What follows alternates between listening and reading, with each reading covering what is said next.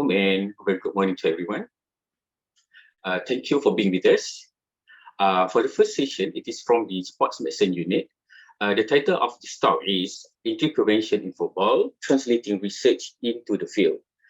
This talk will be delivered by Dr. Ahmad, Hazwan Ahmad Shushami. He is a clinical specialist in Sports Medicine Unit. His research area are sports rehabilitation, injury prevention, and also football medicine. He's being actively engaged in various football research involving the professional clubs as well as the national Malaysia team. He also currently serves as the para football team as the team physician. With regards to today's topic, it is important for us to actually understand why this topic is important.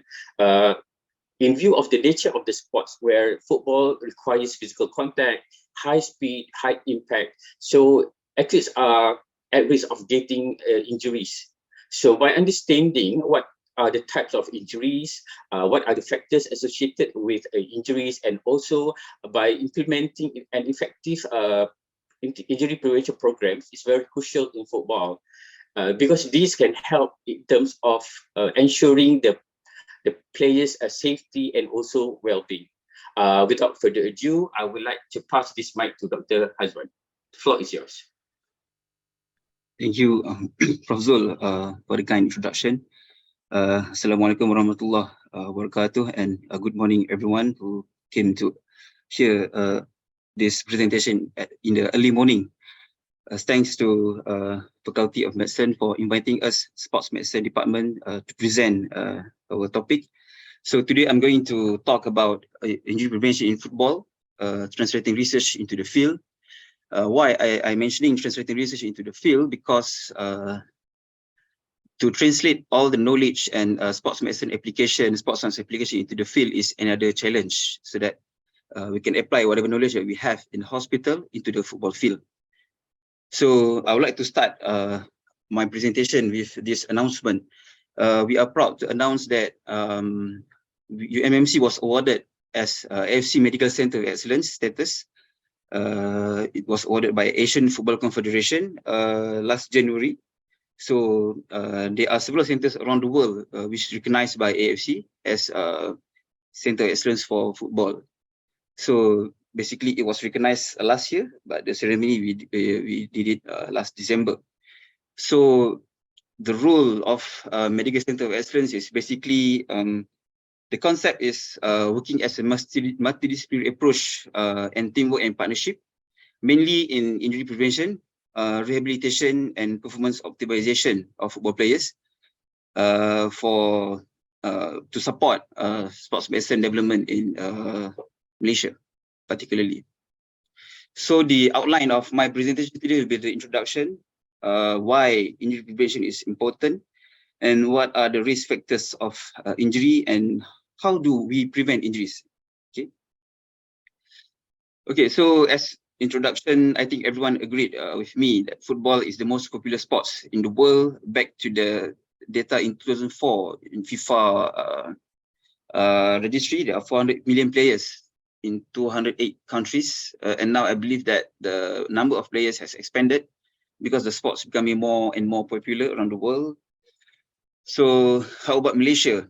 So if you want to know something very important in Malaysia is public holiday, because every year there'll be cups won by the states. So every year you will hear that whichever state won the cup, the state will get the public holiday. So Malaysia is actually one of the big fan of football. Back to 2010 when we won AFF Suzuki Cup, that time the Prime Minister gave us public holiday because of we won the AFF Suzuki Cup, which is East Asian level. Okay, so just want to highlight that our country is actually getting better in football. I have to credit to the Johor Darul Takzim because when they qualify to Asian Champions League, which is highest level of competition in Asia, they also raised the level of our competition. Now we are top 10 in Asia and number 4 in East Asia. So the level of ranking of the club competition in Malaysia is getting better. And then if you look at the ranking of Malaysian team, national team, back to 2018, we were number 171. And now the latest one, April 2023, we are 138. So there's a big jump. So the improvement of the national team has to be supported by a proper sports medicine backup so that we can optimize the treatment of our football players. And then another history created last year where we qualified for AFC Asian Cup for the first time in 43 years. So as I said, we are getting better and better. So the sports medicine services also should improve. That's why we take the opportunity to involve in football medicine research. So because of that, we also actually the referral center for national players in our sports medicine clinic. Okay, so that one is just introduction of the slides. Okay, so why injury prevention is important? Because the baseline should be, the first step should be injury surveillance and monitoring, and from there we can step up to injury prevention strategies. So by doing prevention strategies, we can reduce the rate of injury. Then we can increase the players' availability for the club or for the team, so that we can become the champion. So in the end, everyone wants to become a champion. So we need to have key players to play, so that we have to prevent the injuries. Okay, so how the injury impact to the team? So this study was done in English Premier League. So from this study, they have mentioned that it's not just financial damage; it also causes underachievement to the team. Okay, we don't have data from Malaysia yet. I think soon we will try to get the data how much actually our team in Malaysia is spending for injuries. Okay, so if you look here, I give example Manchester United. This is season 2019 or 17, I think. They spend a lot of money because of the injuries, and they also they target to be champion, but end up with sixth position. So part of it is because of the injury. So injury prevention is therefore very important to first to save money and to protect the players, and also to achieve your target. So this is the modified injury prevention model by Tignan et al., modified in 2008. So basically, you have 7 steps to prevent injuries. But the biggest challenge is actually how do we apply this model to the team, or to the club, or to the amateur athletes who want to actively play in football. So the first step is establishing the extent of the injury problem, which is injury surveillance and then injury monitoring. Then step 2, establishing etiology and risk factors of the mechanism of injuries. And we have to propose a preventive measure, and we need to establish efficacy of our preventive measure, whether it's good or poor. And then we need to assess compliance and risk-taking behavior and effectiveness. We need to repeat again step 1, the injury surveillance. Injury surveillance is basically the most important aspect in the process. Okay, so that's why if you look at this is one of the data that I published in 2020. This one, the study was done in Malaysian Games among our youth football under 21. So basically, this is the result that we have comparable, because this study we also compare football and futsal. So obviously, if you see injuries per 1,000 match hour, you can see that the rate is much lower compared to the futsal. And if you compare to other international events, our football injury is about the same as other competition as well. Okay, so this is the study was conducted by AFC, Asian Football Confederation, among the Super League club, or the first club that compete in the most competitive league in Asia. So to compare the surveillance, you see that the Asian have more hamstring and more ACL compared to Europe. So we're proud to announce that the Elite Club Injury and Illness Surveillance Program Perak FC, which the team that I work for, we are the first club from Malaysia to involve in the study starting this year. Okay, so why what are the risk factors of injury? Basically, this is the injury causation by Roll Bar and Prof back 2005. Injury risk factors are actually quite complicated. It happens to multifactorial because of multifactorial reason. It can be internal because of age, sex, body composition, health, physical fitness like muscle strength, VO2 max, anatomy alignment, skill level. Sometimes when you compete again higher level of skill, you tend to get more injury, and psychological factors.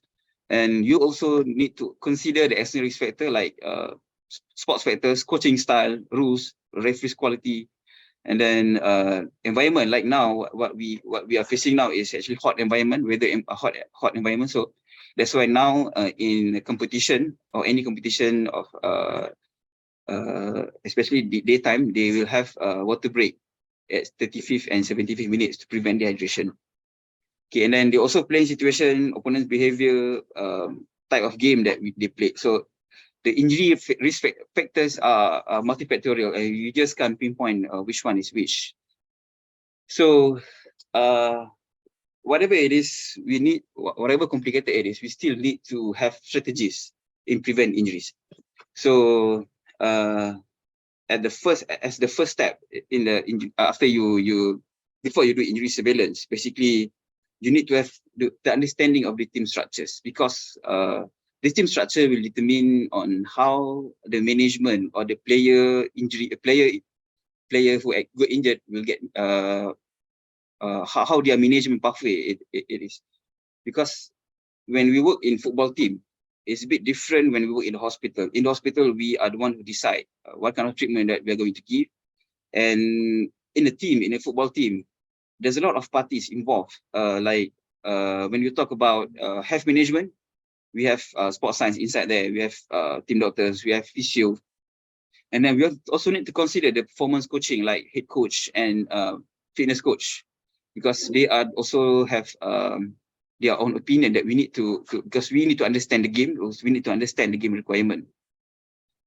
So number two, the most important thing is basically establish communication between the between the head coach, between the CEOs, between the coaching team, because this the most important thing, because the most challenging part in football team is actually return to play, because once the player got injured, the medical team will give like estimation on when the player can play, and sometimes the coaching team need that players. So how do we the challenge is how do we get a consensus on when the player should return to play? So this required good communication so that we can prevent another injury to that player.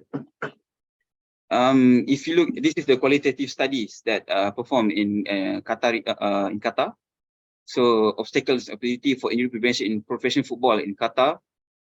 So because we try to look at the implementation in the reality. So from their opinion, the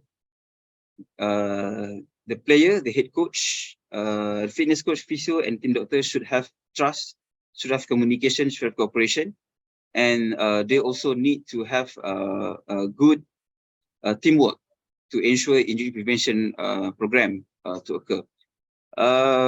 Here they consider the fitness coach as the bridge to actually communicate between head coach and the team. Okay, so number three, okay, because I mean, you look at the data, one of the significant risk factors for injury is basically previous injury. So that's why the pre-competition medical assessment is another very, very important component in the team, or even in for amateurs footballers.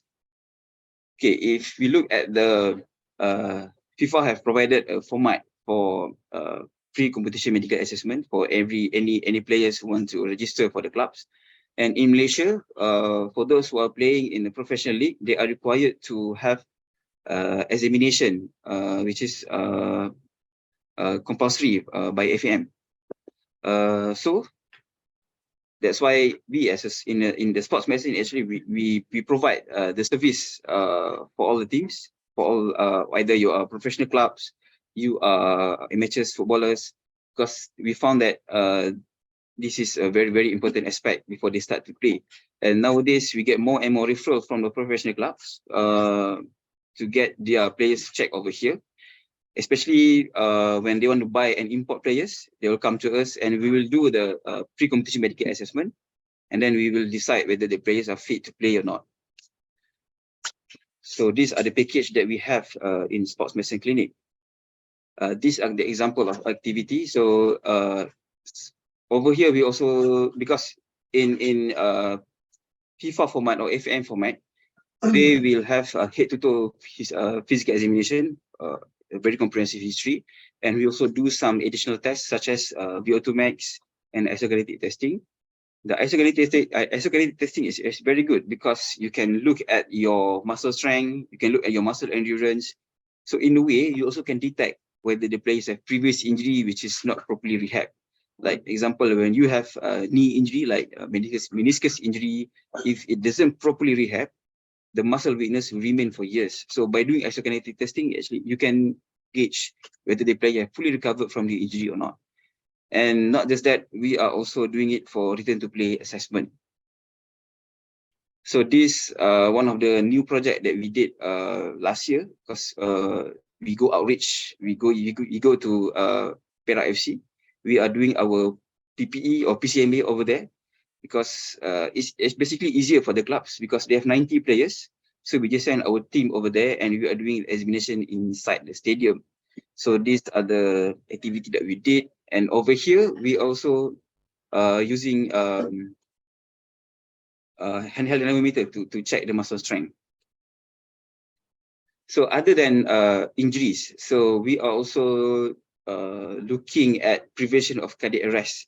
So just want to highlight that in PCMA, this is one of the important component, which is ECG, because ECG in athletes is a bit different because when they have physiological changes due to athletic activities, they will have ECG findings that are abnormal among normal population, but can be normal in athletes. So the green one is the normal findings in those who athletic, and then borderline findings and abnormal findings wherever you are athletic or not. So based on this ECG, we will further investigate if needed. Okay. So number 4, another important strategies are actually exercise program. FIFA have created a program which is suitable for all age, all level of football. The 11 plus injury prevention program has been proven to reduce the injury in soccer players by 30%. It is several exercises which is comprised of running activities, strength training, plyometric balance, and back to running exercise, part 3. So these exercises combined can be a good warm-up session, which is can go warm-up session to all level of players. Okay, so number 5, the thing that we also can do, this are the player load monitoring. This aspect need a good communication with the coach, because the one who decide the training load, the one who decide the style of training is actually coaching team. So when the medical team want to get involved, first we need to have good understanding of the game requirement. We need to have good understanding of the prioritization of the team. Then only we can understand how to apply acute and chronic workload ratio monitoring among athletes. So because ACWR monitoring is basically to prevent acute spike in the training. Okay, because if you see here, so how do we calculate it? Workload in the last 7 days, we divide for the average workload for the first 28 days. So this ratio will be calculated, and we will determine whether we are underload or overload or just a sweet spot. So you also can do it minimum 3 days over 12 days and maximum 7 days over 28 days. So that's why we because nowadays the football team have GPS. so they can monitor their top speed, their heart rate, their distance covered, their training load, all by GPS data. So we straight away can generate the HWR data from the system, so we can decide whether their ratio is below their 0.8, which is under training, the sweet spot, which is good because it reduces injury risk and also increase performance, which is between 0.8 to 1.2, and more than 1.5 in danger zone. So when the ratio reach danger zone, so we can advise the coaching team that these players particularly have probably have go to the danger zone, so we may adjust the training load. So this require good communication between medical team, between the coach, fitness coach, and the coaching team.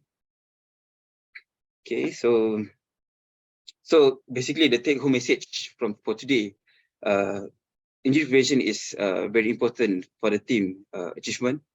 It can save money. It needs we can protect players, and we need to know that the injury causes are multifactorial. It can be contributed by many factors: players factors, environment factors, external factors, internal factors. And communication and trust in the team are vital, so that we can communicate freely to have exchange of opinion, and to have a good decision making, to have a proper consensus and good decision making. And there's no other way. We need to work as a team to prevent injuries, and everyone needs to trust the process, because injury prevention is basically a process anyway. So it takes time, and it requires process. So you may need years to get the data and to get what exactly the best strategies that you can perform to prevent injuries. So with that, I thank you. So this is the team that I work for this year. So hopefully we will get better and better for the next for this season and next season. Thank you very much. All right. Thank you very much, Hazwan, for your thought. Is there any question from the floor? Okay, if you want, you have a question, you can write in the chat box. I can read the question later. But I have a question to Dr. Hazwan. Okay, can this injury prevention program in football be tailored to different kind of ages, like youth, adolescents, and these professional athletes? What are the factors of consideration when you want to implement this injury prevention program for this kind of group of population?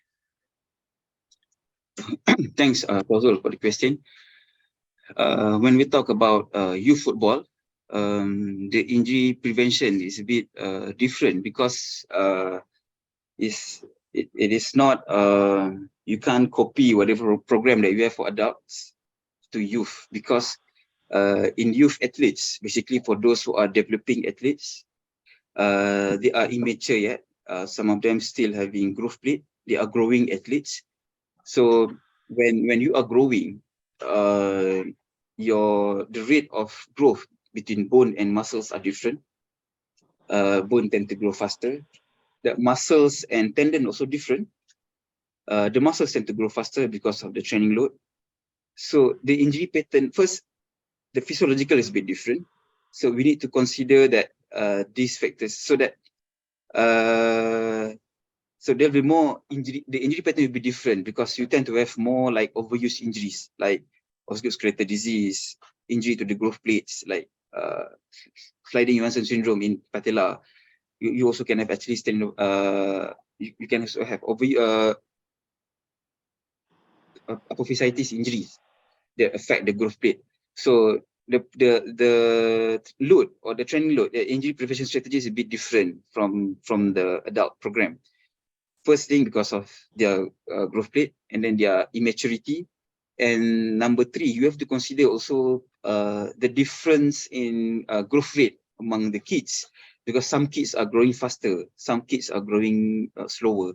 So the prevention program has to be tailored to the kind of age group. That's why now one of the programs that has been conducted in Europe, they are doing biobending. They are separating the players who are slow grower or slow mature, and the late mature, because the fast mature, because the slow mature, they'll have slower, they'll have longer growth rate, longer time for growth rate to fuse compared to the fast mature, because this group, they tend to be like they tend to physically better. So that's why in Europe they go for biobending. So these strategies you can't apply to the mature group, to the adult group, because the adult, they already matured, they have different kind of physiological factors. So that's it. That are one of the things that we need to consider when we do in youth. Okay, I think there is a question from Ukraine. How do you determine retirement age for players from the risk of injury as they age? How determine their retirement age?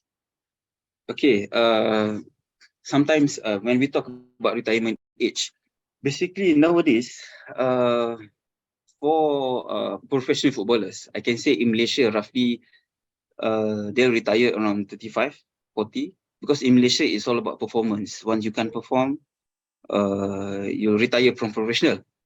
But even though you retire from professional football, some of them still go to amateur football.